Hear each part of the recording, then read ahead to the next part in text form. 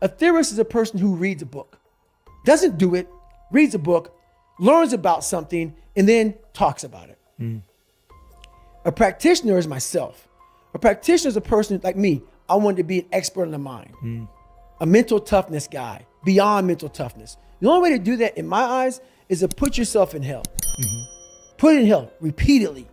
Repeatedly put yourself in hell and study how you process it. And that's how I was able to come up with all these different ways, all these different tools to slow the mind down in hell. Because the mind just speeds up. The mind wants to get out of the painful situation, the suffering. It can't process it.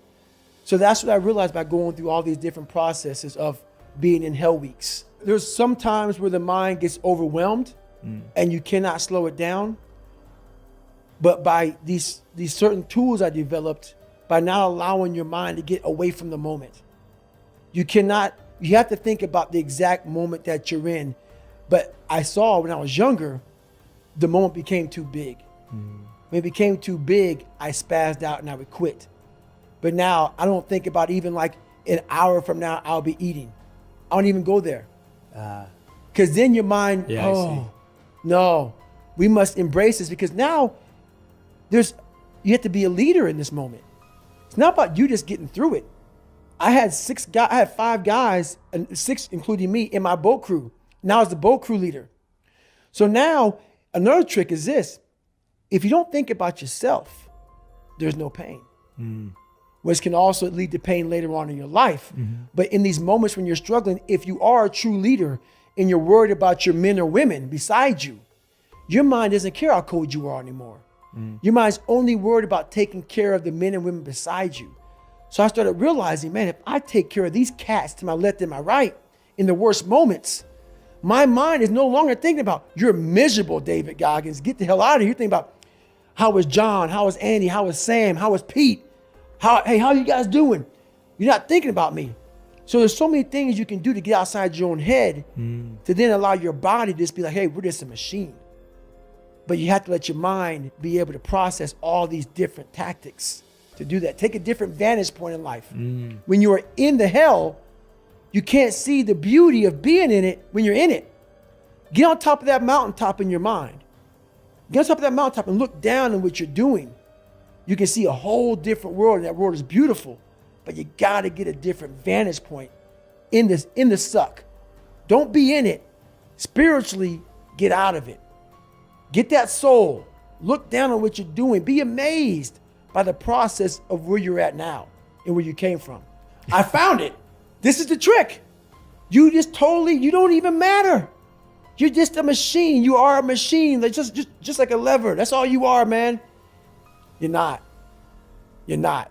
And in my book, I talk about what that lever starts to get rusty, starts to get crusty. It starts to, like, I can't even think about anybody but myself. So through the process, what I started to learn was that helps a lot. And you can tap into that all the time.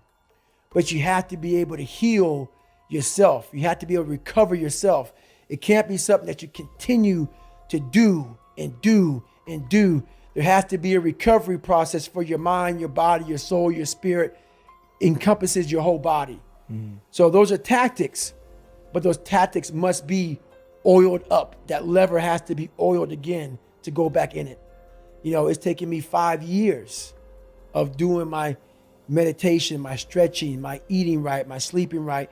And you have to be on a constant reminder, almost like how you put a reminder on your phone, 15 minutes, you got this. That has to be in your brain. You've done too much. Stop. And what happens in life is that we start to see our lives become so successful. We're making money. We're doing this. We're doing that. I want more. I want more. I push harder.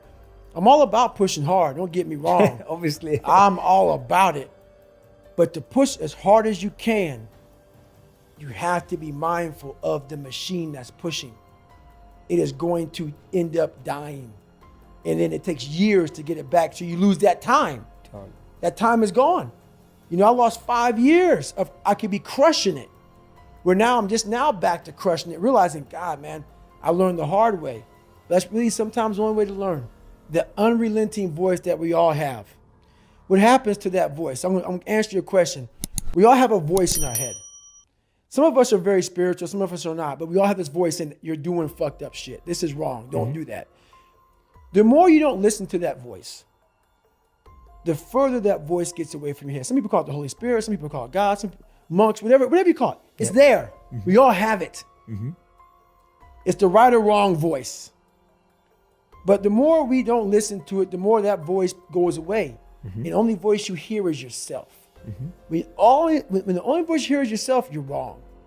There's a voice that guides you through life.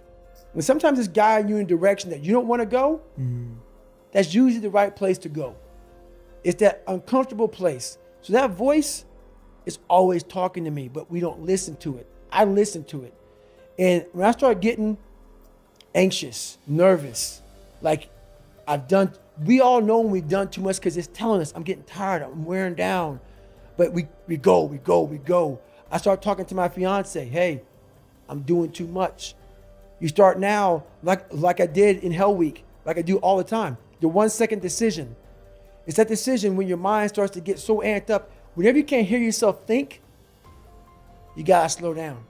Whenever you're living off a schedule, every day's a schedule, you have no time for yourself. When you start, and we all know it, I don't have time for this anymore, I don't have time for that anymore. That's when your mind and your body are saying, think about that.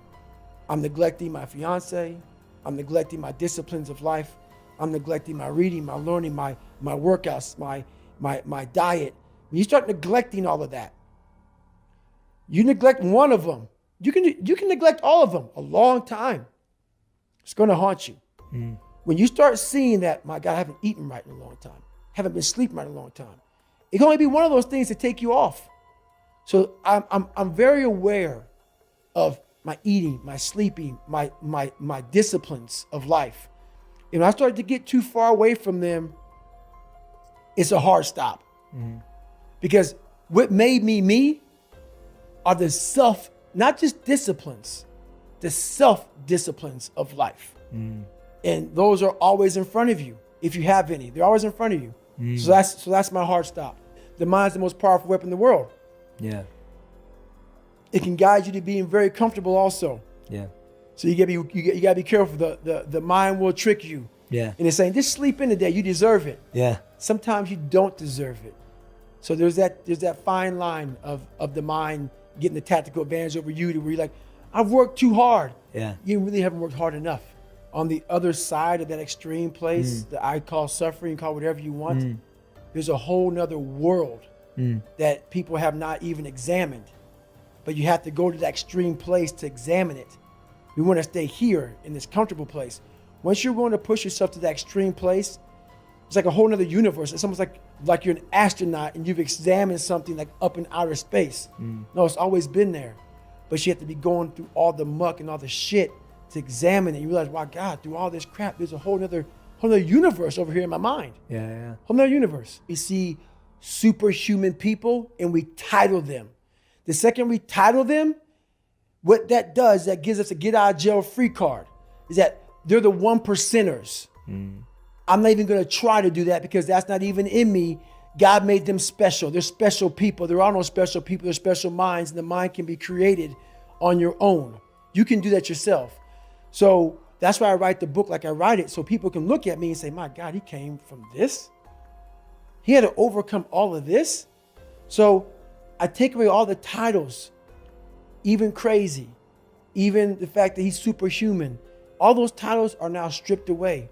But what's funny about that, you will have my book in your hand. You will read it in its entirety. You will hear the audio book, whatever you get. And by the time you get to chapter 9 or 10, you already forgot chapter 1, 2, and 3 of the hell I came through. That's how fast the mind wants to soften you up and say, this guy's just nuts. He's superhuman.